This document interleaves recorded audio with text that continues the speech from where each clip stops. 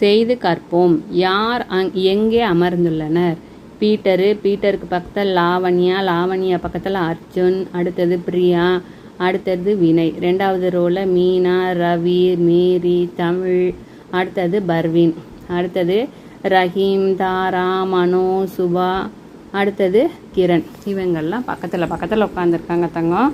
இந்த பிக்சரை கொடுத்து கேள்வி கொஷின் கேட்டுக்கிறாங்க. பிரியாவின் இடது பக்கத்தில் அமர்ந்திருப்பவர் யார்? பிரியா எங்கே இருக்கிறா? முதல்ல பாருங்கடாமா, பிரியாவையே காணோம்.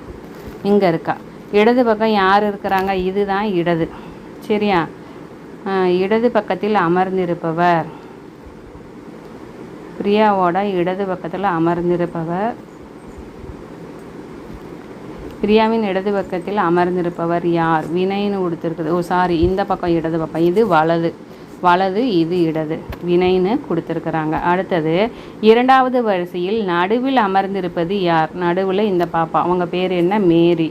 அடுத்தது பார்த்தீங்கன்னா மீனாவிற்கு நேர் பின்புறத்தில் அமர்ந்திருப்பவர். நேர் பின்புறத்தில் யார் உட்காந்துருக்கா? பீட்டர் உட்காந்துருக்கா. பீட்டர் தானே இருக்கிறான் நேரு பின்னாடி. இந்த இடத்துல பீட்டர் இருக்கிறான். அடுத்தது தாராவின் இரு பக்கத்திலும் யாரெல்லாம் அமர்ந்திருக்கிறார்? எங்கடாமா தாரா இருக்கிறா? தாரா இந்த பக்கம் ரஹீமு, இந்த பக்கம் மனோ. அடுத்தது நான் இரண்டாவது வரிசையில் அமர்ந்துள்ளேன். என் பெயரின் முதல் எழுத்து பா.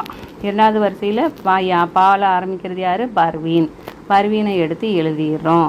மேரியின் வலது பக்கத்தில் அமர்ந்திருப்பவர். மேரி எங்கடாமா இருக்கிறா?